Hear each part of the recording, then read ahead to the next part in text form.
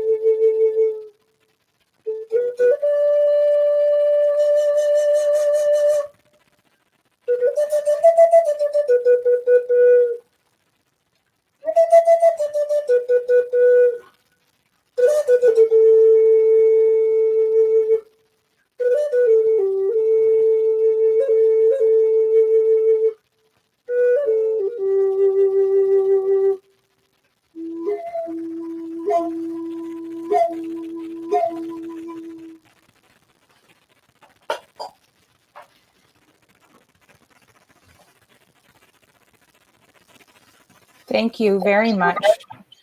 Thank you very much, Dr. Gerard, for the gift of that flute. That was beautiful. Thank you. I'm wondering if you're ready to maybe kind of dive in a little bit to what brings us here for this talk. And if I could have you think about maybe going back into a bit of your childhood and thinking about how things that may have happened during that time in your life influence you or inspire you or direct you in your life now as an adult. Okay, a very good question. Well, you know, I think about that quite often, and especially in these days, especially as my parents are getting older, you know, and I'm getting older. And so back in the 60s, I was born in Vancouver, and my dad was at the University of British Columbia, and my mom was there as a nurse and a support to my dad. And let's just say things happened and we had to leave. You must have heard of like the 60s scoop. And so my parents, as we were going through their stresses, left, and they went to Trinidad, and that's which is a little island off South America, and that's where one of our Carina or Carib territories are, and it is today, and then from there, you know, we came back, and my dad went to University of Toronto, and then went back down at the age of 5. And we lived in different parts of Trinidad, but we have the Santa Rosa community, our Carib community down there. And in this conversation, you're going to hear more about the migration of Native peoples, you know, and the Caribbean played a big part in that as well, that not many people know about. So anyway, I grew up in Trinidad up till about the age of 18, and my life was very simple as a boy. Around me were the hills, the bush, you know, where we would go, me and my cousins, you know, hunting, getting fruits, going over to the sea, and it was very free. It was me and my dogs, you know, and I grew up with my grandmother, Doris, and my mom and my aunt, and that's a long story short, but I remember when it was time to leave home, and I had a choice. I had a choice to go to the life-saving championships in Australia, or to be a flight attendant, or to study. And I chose to study. And but I remember before leaving home, I had to prove to the women in our community, particularly my mom, my grandmother, and my aunt, that I could take care of myself, that I could sew, that I could cook, that I could hem a pants, that I could handle finances. And needless to say, I passed the test and made it up. I started with grade 13 and got into university. And while at university, many changes were coming at me. No longer in my community, no longer family around us, and around me, I should say. And although my dad's brother was up here, but nothing is really the same where you could touch your dog, you know, or you could just go fishing. And and have those outlets. It is different, and I had to adapt. So much so that I dropped out of university a couple of times, and then the last time I did end up on the streets in Toronto, and and but things changed. Things changed when I came to a realization and an understanding of more of who I am, who Creator made me to be, and that I was not a mistake.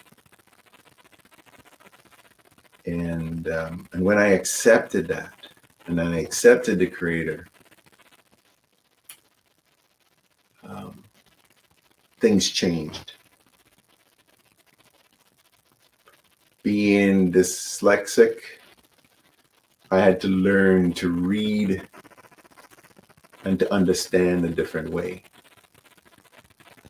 And when I came to understand that and accept that, things changed.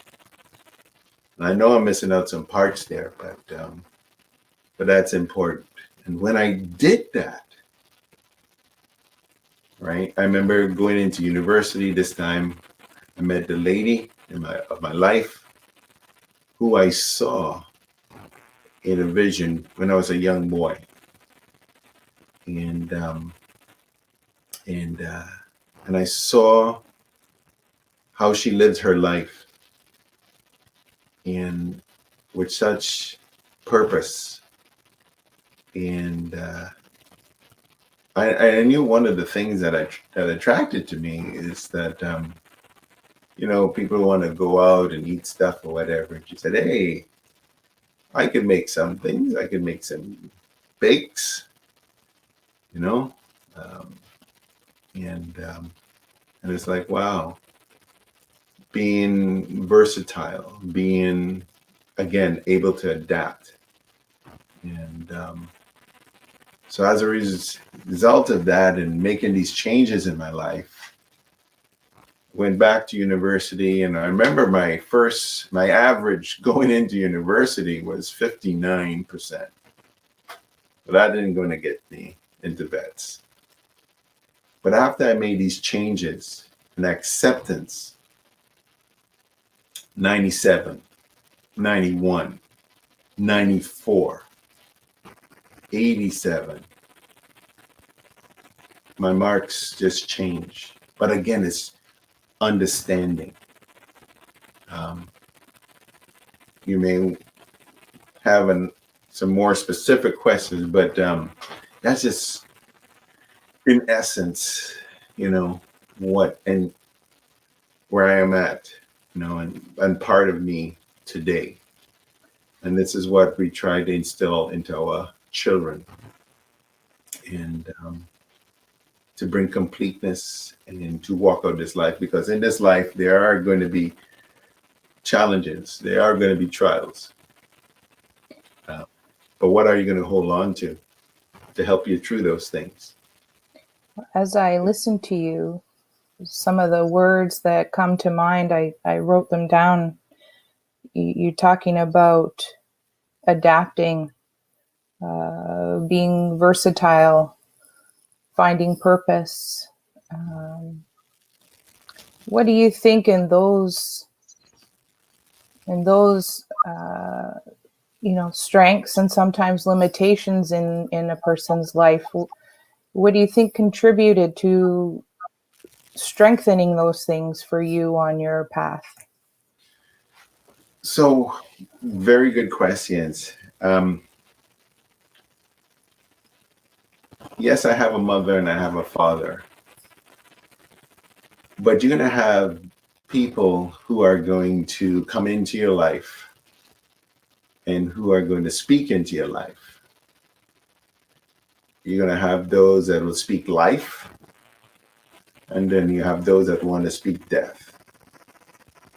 And we are spirit beings. We would know that those who want to speak life, and those who you have to gravitate to. And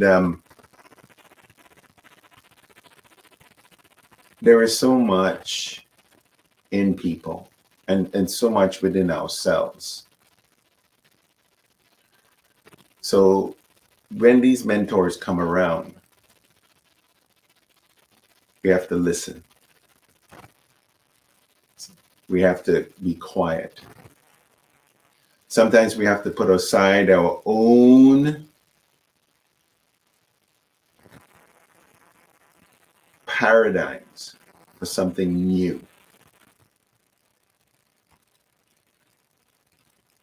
Because we may have learned something all our life that has no effect for the present.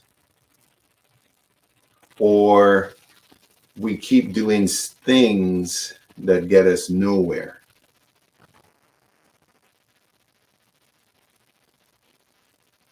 We have to, we have to think differently. Yeah. And I absolutely, I'm following what you're saying, and I'm thinking of it in a sense of growth, in a sense of even if someone is becoming more sure of what their purpose is or what their path will bring them to, like you say, life can get in the way in many different aspects, and you have to look within. And I'm wondering, from your perspective, because in my mind, you've touched on so many different things that men, in particular, that boys, our youth, and certainly from Indigenous communities, either have family who have been directly impacted by many things, which then filters down into their family life. Where do you see healing and forgiveness playing a part in helping guide those men and youth and children on their paths? Okay.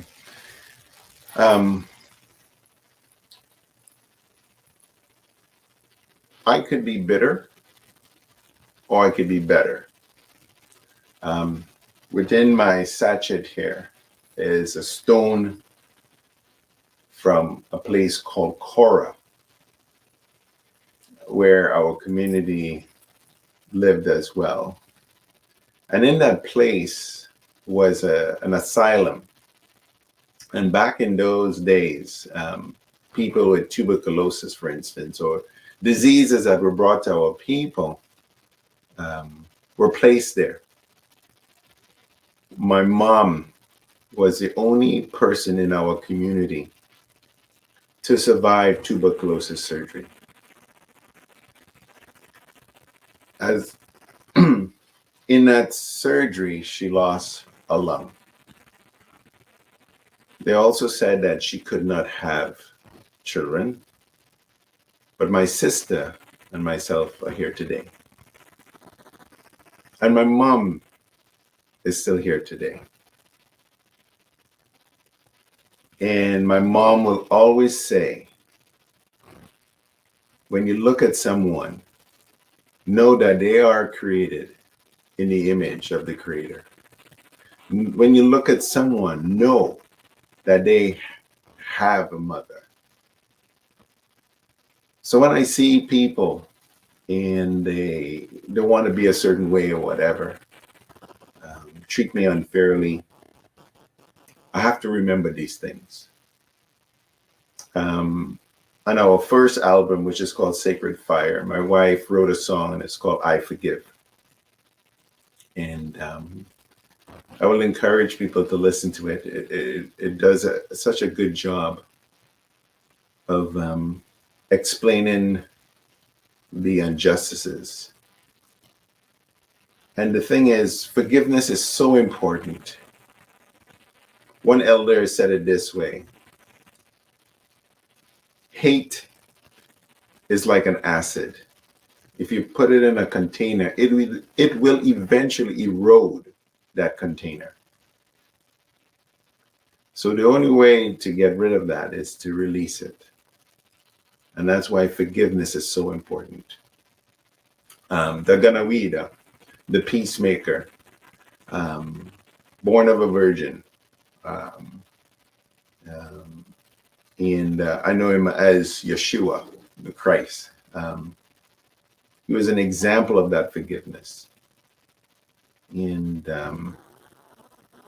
when I came on, and one of the things I said is, Skanadoa, which means, do you have the great peace?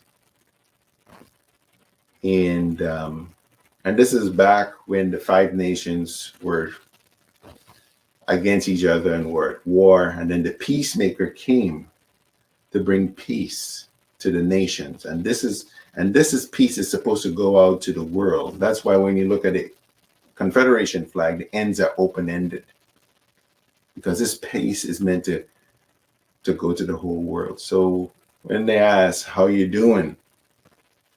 Do you have, and you answer, I have the great peace. And for a lot of us, including myself, I'm working on the great peace,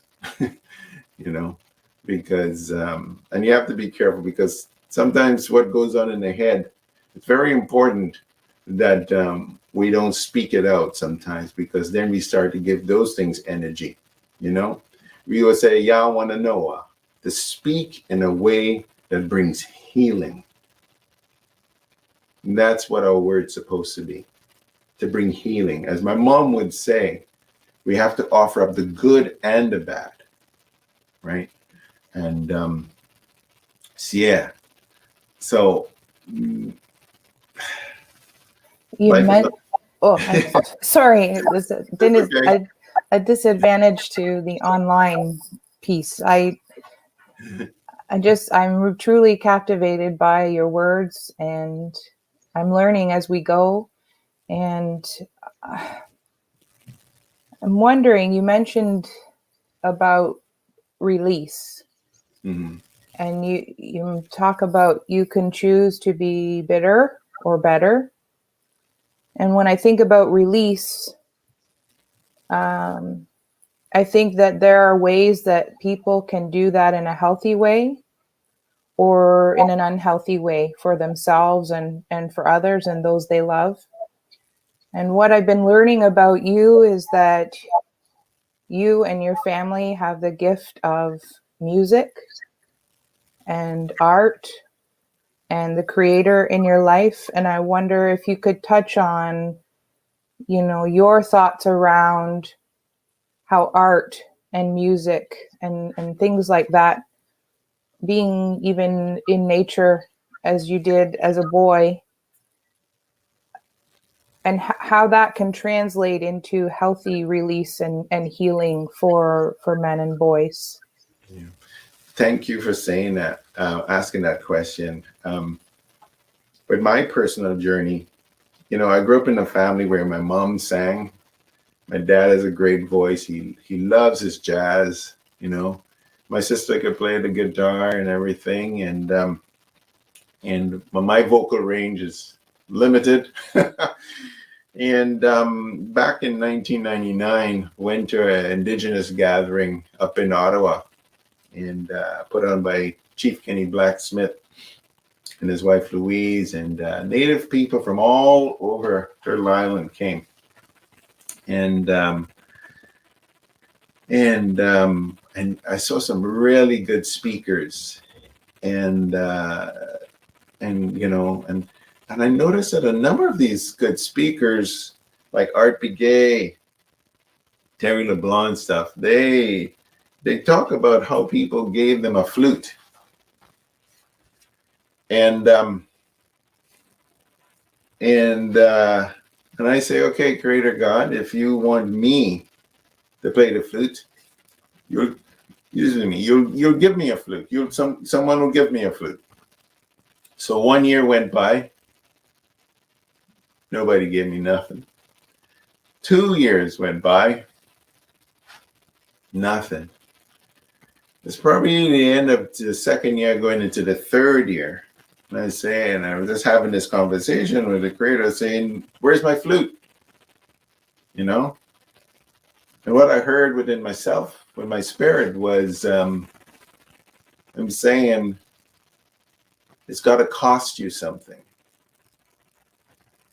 And so I went up to Tidanega, and I went to David Miracle, and I bought this flute.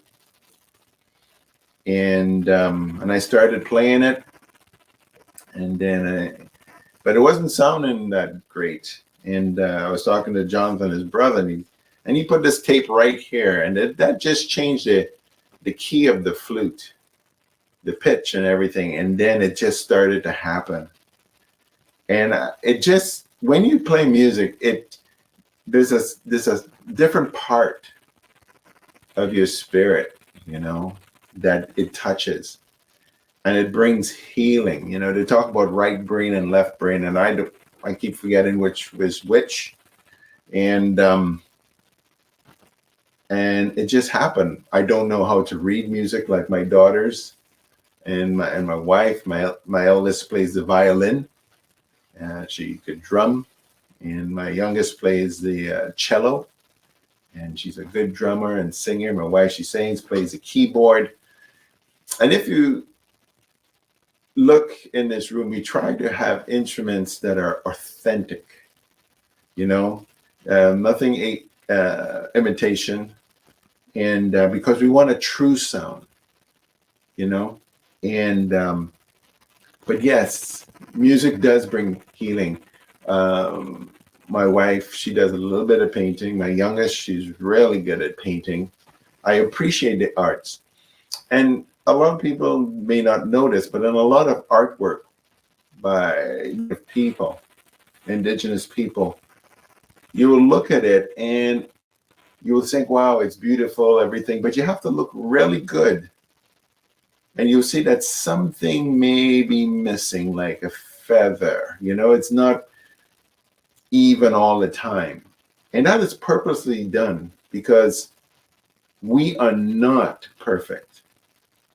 Only the Creator. And we always make room for Tamashii. We always make room for that. And so yeah. But when we do our music too, it brings healing to me. It brings healing to my family. It's almost selfish in a way. And we pray, we hope that it'll just spill over, you know, because you can't give something you don't have, right? You can't give something you don't have. So it's important. The music is just amazing, and it really just opened up a different part of my mind. The way I look at things, the way I look at people, the way I even listen to music, you know? Yeah. I think about, you know, people who might say, you know, that's beautiful and that's wonderful for someone who can connect to music in that way. But I'm not musically gifted or inclined, let's say. Mm-hmm. But as you're telling the story about how you even came about having the physical flute, I think of it almost metaphorically for those who are feeling that way, where it took a little bit of help from someone else and that little piece of tape Yeah. to change that in a way for you to connect deeper. Is that fair to say? Oh, 100%. And we always learning, you know, we're always learning. As I look at my youngest, you know, and I look around this room, you know, she has a looper and she is doing different things and she's adding things, and I'm learning from her, you know, and because of that, right, because of that ingenuity, you know, I'm getting better. A friend once told me, an Abenaki brother, Daniel, he said to me, you know, because I guess you saw me. We were up in Val d'Or, and we were doing some music up there and sharing, and that's Val d'Or is in Quebec. And he came over to me and he said, Gerard, I believe that you're saying that you want to be your ceiling is to be a floor to your children. And I said, exactly, Daniel, that is exactly true. Because as we think about the 7 generations, we think about empowering them and being a support to them.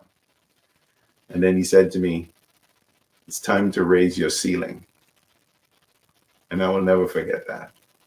It's time to raise it. That's very powerful, and it reminds me, I have very fortunate to have a very kind mentor in my life who guides me in my work. But for me, it also translates into who I am and the core of my being. And he often talks about the power of language, the language that we use, where we put our energy. And as you share that, that resonated with me, and I hope with others watching.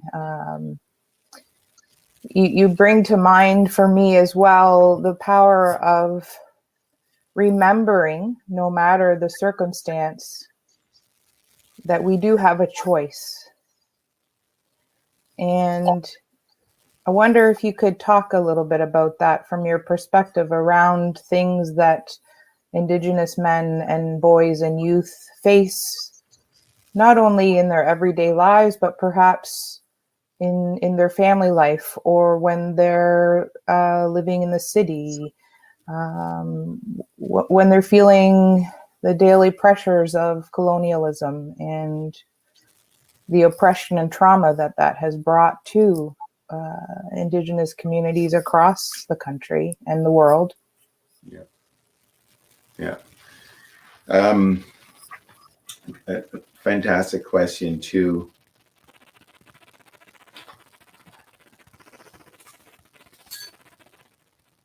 By the way, this is my Karina headdress. It represents the harpy eagle, which is the largest eagle in the world. And I just thought I'd bring that here.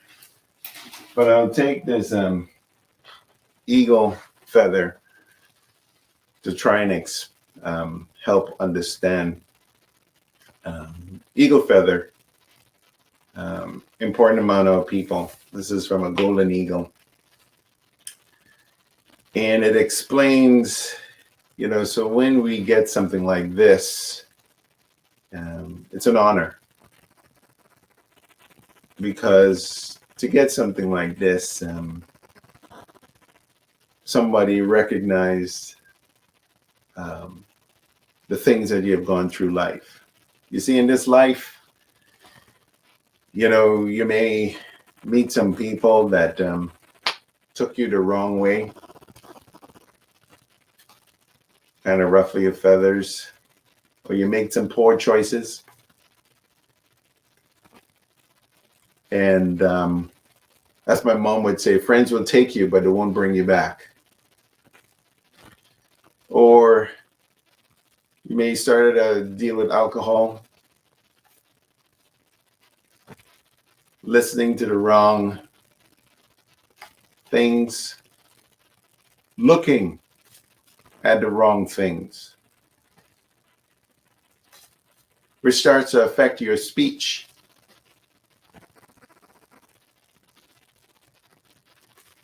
Which starts to affect your mind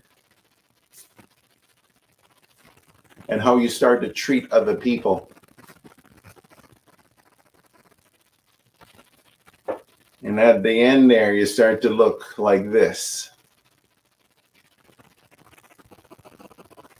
But when you start to understand how the Creator has made you,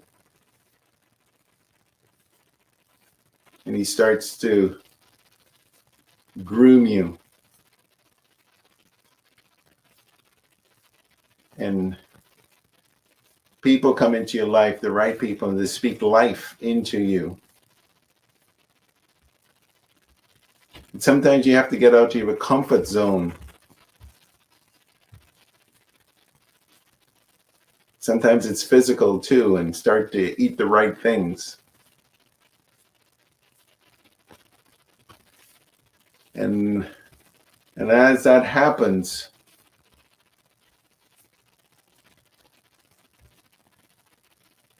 and making these wise choices. And sometimes the people around you may not be many, it might be just one. And the Creator starts speaking to your mind and your heart. And he walks and he shows you the road that you should walk. As my mom would also say too, dead fish don't go upstream. But we need those positive influences in our life so that we could be whole and beautiful and be able to fly again. I'm hoping that people joining us and listening to your words will take a minute to sit with that. And even when you were talking about your own life and challenges you had in terms of formal education and stopping and starting and stopping and starting again, learning how to work with your dyslexia rather than let it work you, so to speak. And then I watched you talk about the Creator and our responsibility to ourselves and the choices we make, and how that feather that looked like it was almost irreparable was once one in its beauty again. Yeah. How can those of us who might be a little bit, I don't want to say further ahead, because I don't want to devalue anyone's journey and where they're at in it, but I think everyone is at a different spot in their learning and their understanding and their acceptance of themselves, of the circumstances that have come in their lives. So for those who might be a little bit deeper in their understanding, as is very clear to me you are, how could we do better to, or do differently to mentor not only men and boys and youth, but you mentioned your mom and what an amazing woman she sounds like. I think about a lot of the single moms out there where dad isn't present for whatever reason, trying to fulfill two roles. Are there things that come to mind for you that, you know, we could share in this discussion for people to learn from? Yes. I believe in the 33% rule. I try to apply it to myself in every stage of my life. At first, I didn't know exactly what I was doing because I was listening to, just following what my mom or my grandmother, my dad would be saying. And so what is the 33% rule? 33% rule is you hang out and you be a help to those people that need your help, right? They may be in a different socioeconomic category, right? Meaning that, you know, they may not be as financially well off as you are, right? And you be a help. Whatever you know, you pass on. Then you have the other 33% that probably in the same category. And in that sense, it's more being comrades type of thing, you know? but still being able to learn, right? Because this life is always about learning. And then the next 33% of people are those that you want to be in that position. You want, and it's not necessarily the same job or the same career, but it's why are those people successful? What is their mindset? You know, what are their values? Right? You know, what is really, you know, what's their why?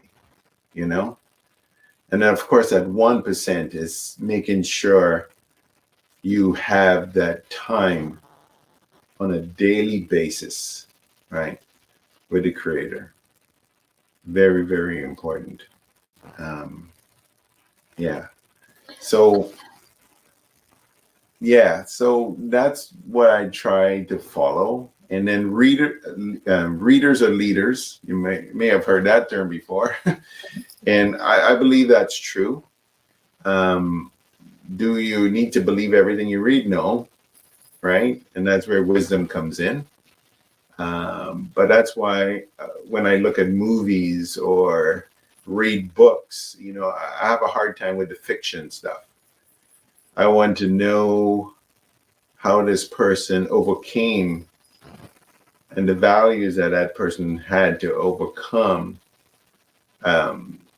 They had to overcome their obstacles. We have a saying that, you know, as leaders, as parents, when we overcome our obstacles, for those who are behind us, our children who look up to us, would not stumble over those obstacles because you know what? We have moved them, you know, and it's a process.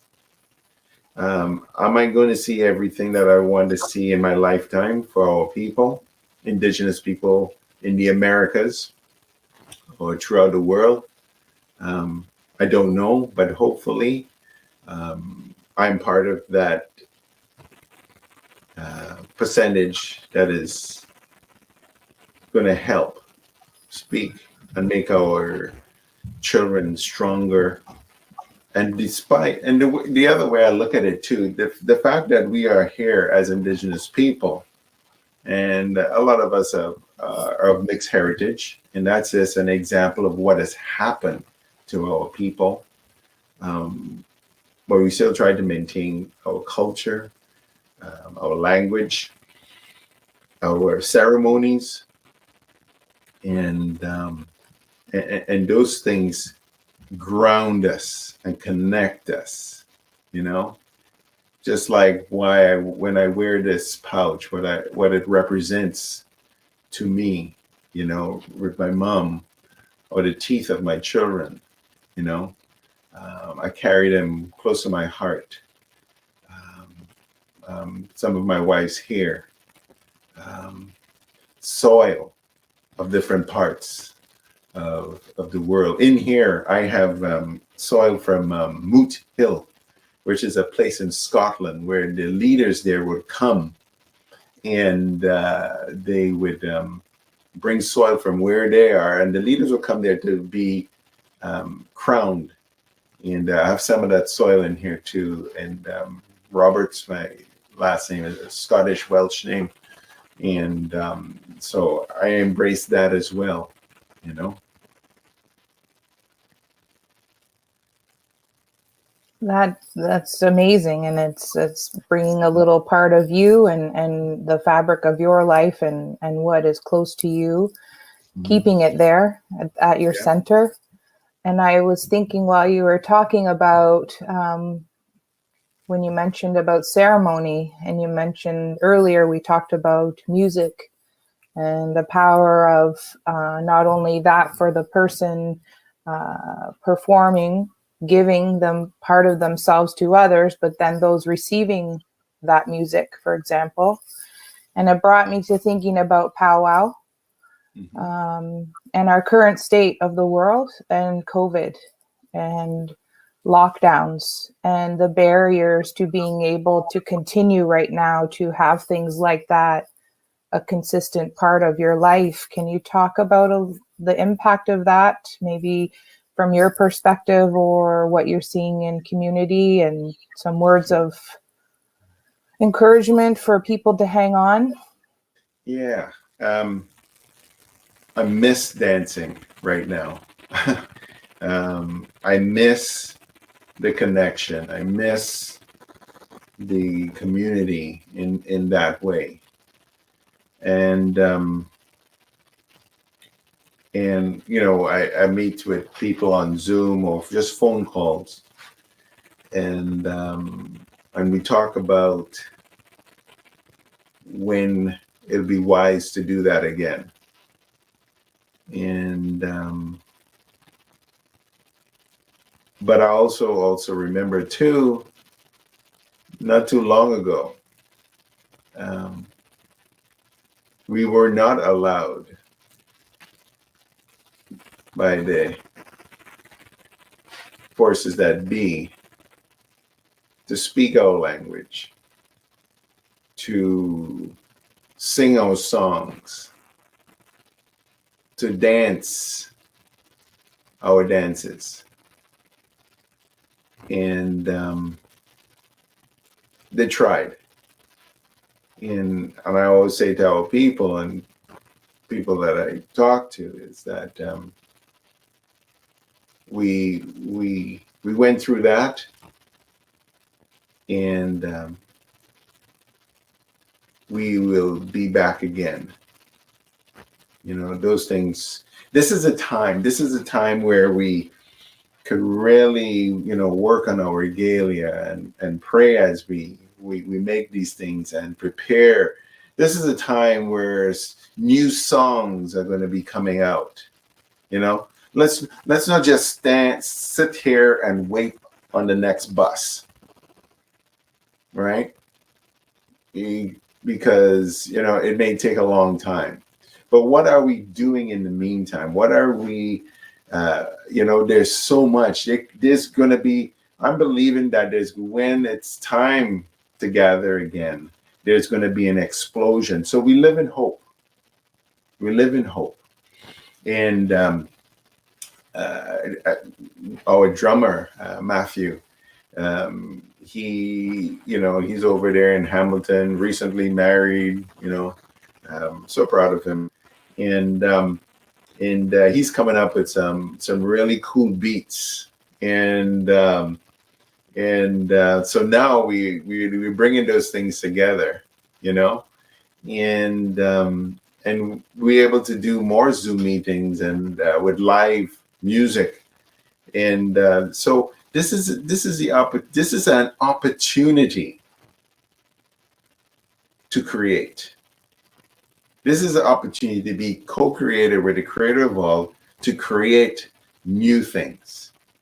So I'm excited, and I live in expectation when, yes, we could gather at the powwows again. Yes, we could gather at the Longhouse and do the ceremonies, And so that's how I choose to look at it, in a positive light, and yes, there are times where I'm sad, and yes, there are times where, oh man, look at this beautiful warm day today. Today would have been a good day, it still doesn't stop me from dancing.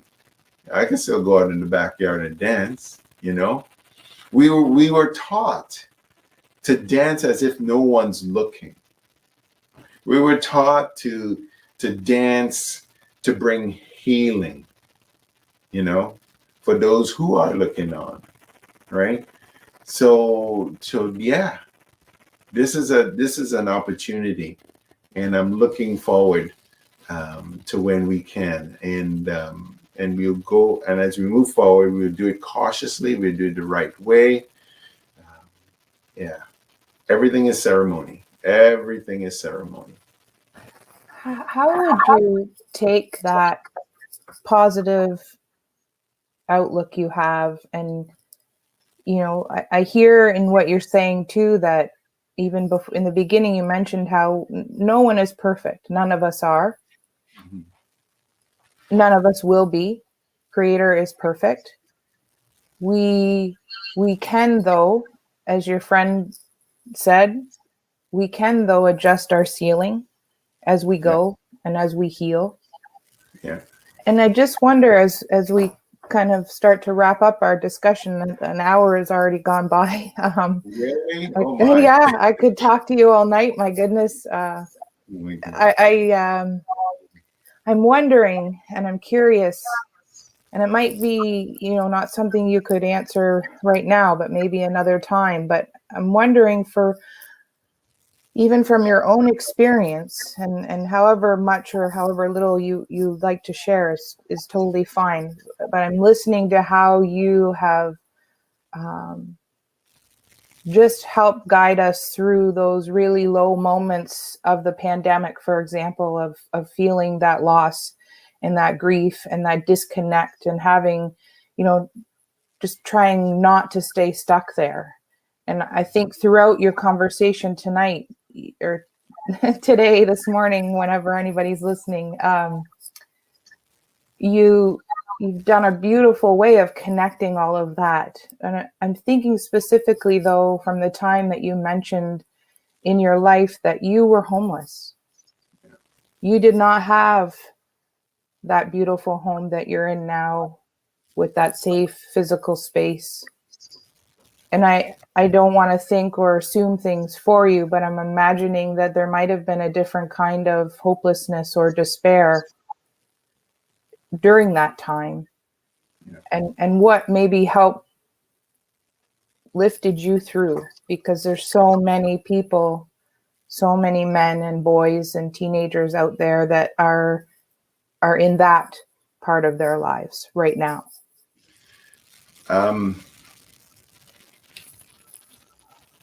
The prayers of my mom, my grandmother, my dad, my aunt, my family.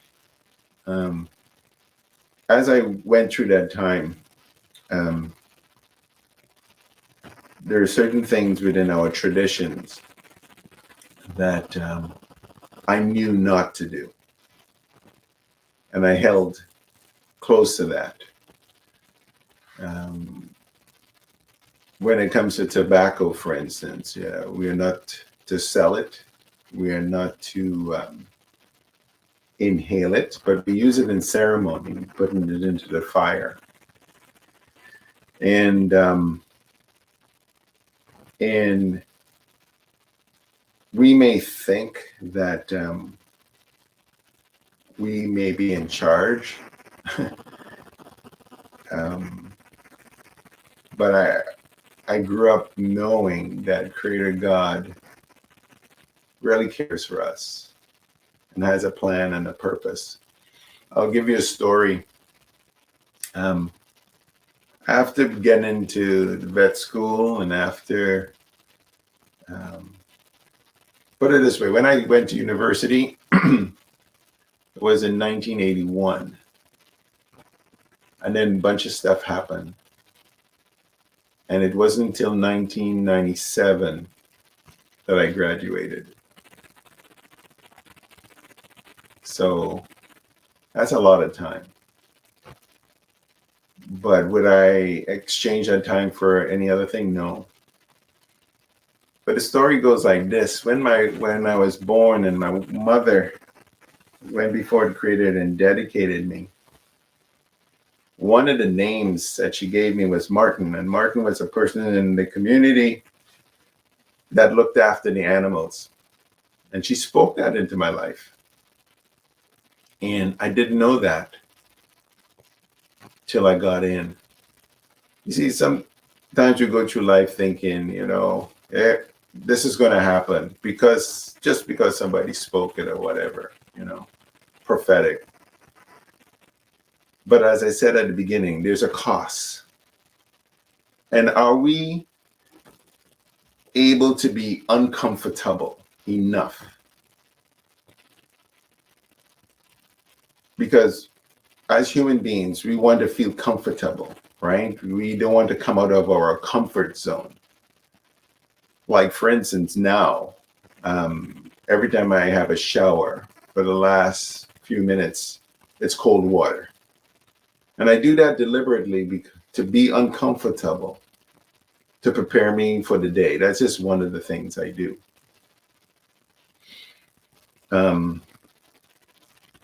I'm down to eating one meal a day now. There's certain things I don't need anymore. There's certain things that the TV or commercials say that we need, but I'm healthier than I ever was. And still gaining muscle and doing all those things. I'll show you this flute. We were going to do ceremony at a hospital, and we were kind of running behind time. You know how it is with Indian time. And my flute fell. And when it fell, I stepped on it and it broke. And I had to glue it and retape it. And now the sound is even better than when it was not broken, when it was not displaced. And to me, that speaks volumes. And when it comes close to the end, I want to play it.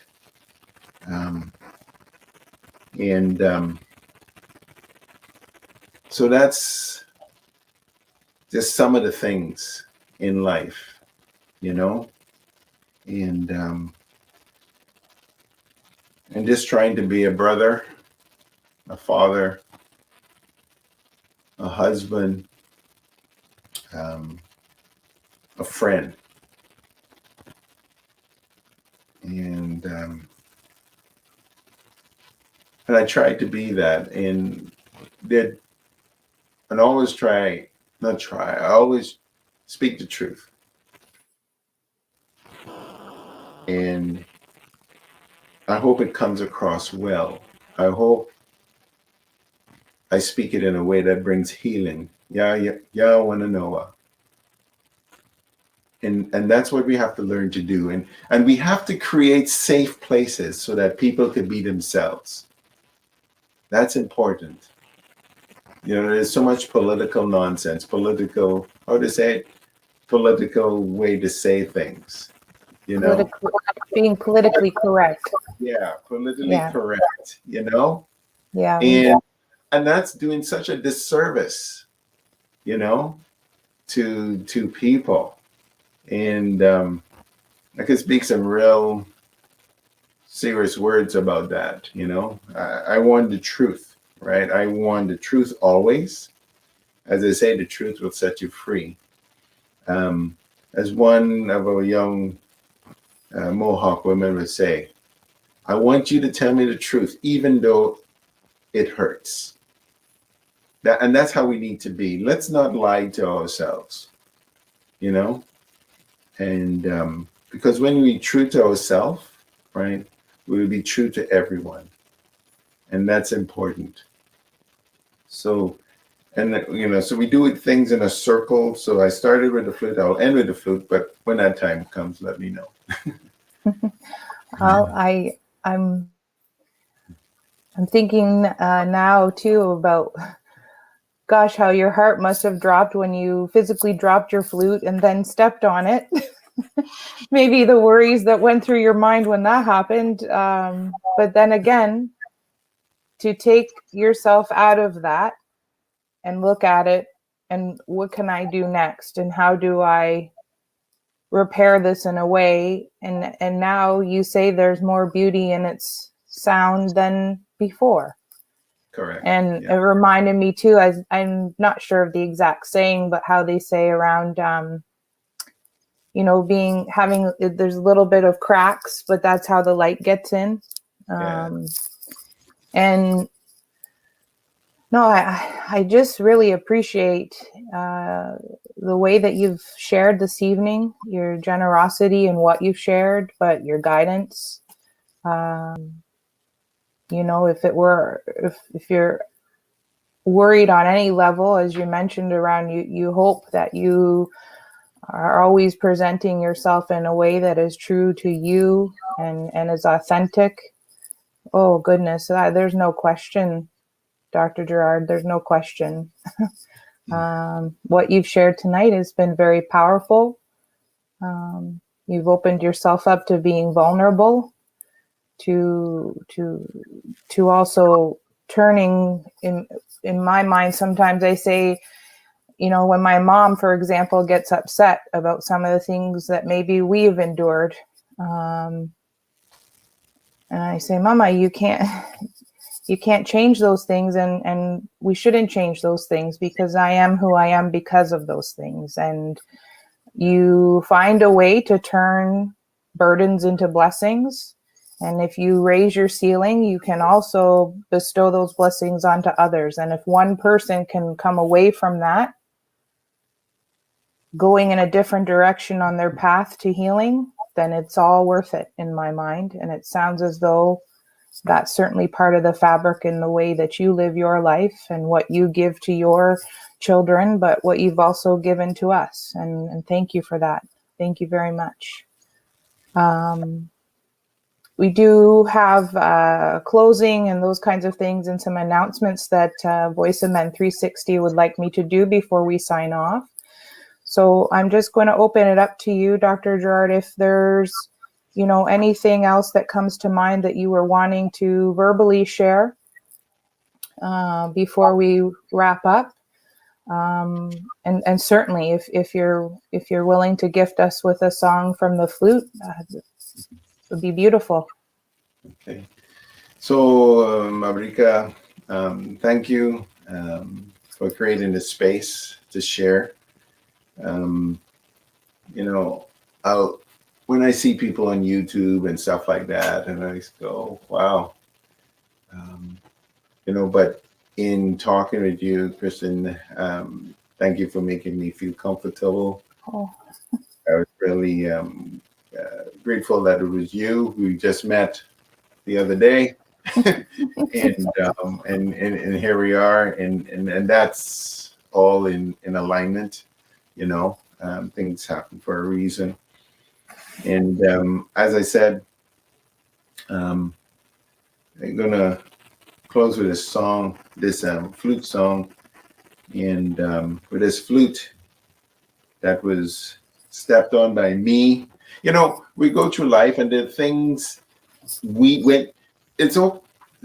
accidents happen. I understand that, and then we have no control over it. But when there's things that you are part of, and it was as a result of you doing the destruction, as I stepped onto this, and it's like, you're right. I felt low. I felt really awful.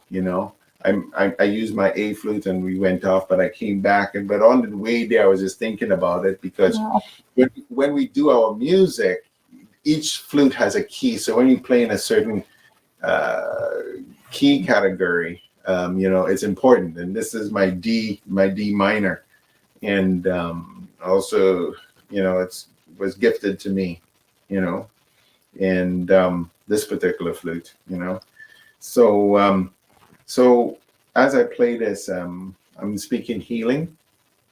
I'm speaking to those who are looking, who know they need to make some hard choices about themselves and need to take that cold shower. They need to come out of that comfort zone. They need to get out of toxic relationships or toxic environments, right? It may mean taking less pay, but you preserve your heart. It may mean losing some friends, but as I said before, my mom said, friends will take you, but it won't bring you back. Remember, it's not the immediate, it's not the microwave quick, relief that we want. It's a long term. What is lasting? So be blessed by the song.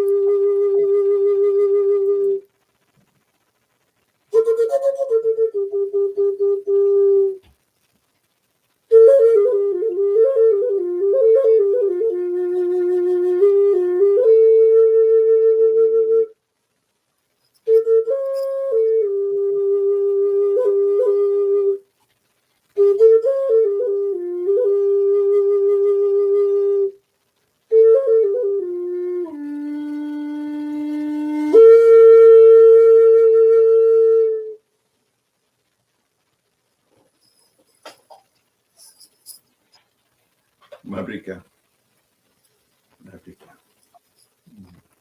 Wow. Thank you, Dr. Gerard. I can say that this conversation will be lasting and it will continue.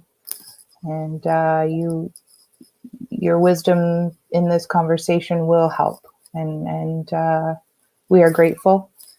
This is part of the goal of the Voice of Men 360 Open Up Talk, which is bringing individuals such as yourselves to come on, know that they are in a safe space to be vulnerable, to share their truth, to stand tall in their truth, to offer different insights and perspectives on their own healing and how others can take bits and pieces of that where it fits for themselves to take them to a different place. Thank you very much for your profound wisdom and great. Can't thank you enough. We do have a few announcements before we close off the show. Want viewers everywhere to know that we have 3 live shows daily, weekly through Facebook and also through YouTube. Open Up, again, is sharing a personal life journey, and the live talk show is on every Sunday at 10 a.m. Eastern Standard Time. There's also a monthly webinar offered the first Saturday of every month from 10:30 a.m. to 11:30 a.m. Eastern Standard Time. A monthly special show called The Unspoken Tears, and that's the second Saturday of every month from 10 a.m. to 11 a.m.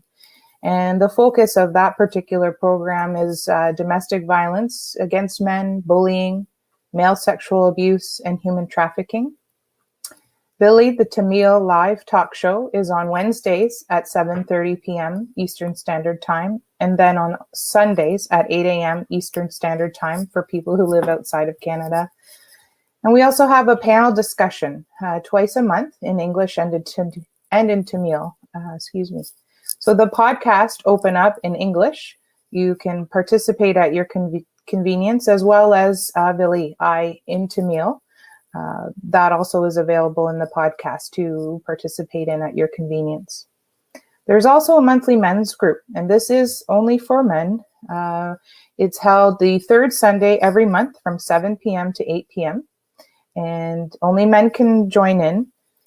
Our upcoming events, we'll stay tuned for those, and we'll make sure, because we're on all social media. You can find us on Instagram, LinkedIn, Twitter, YouTube, and TikTok.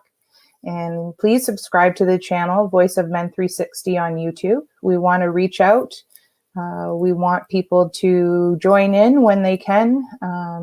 There's no limitations to that with gender, age, nationality, ethnicity. All walks of life can join and are welcome to participate in any of our shows.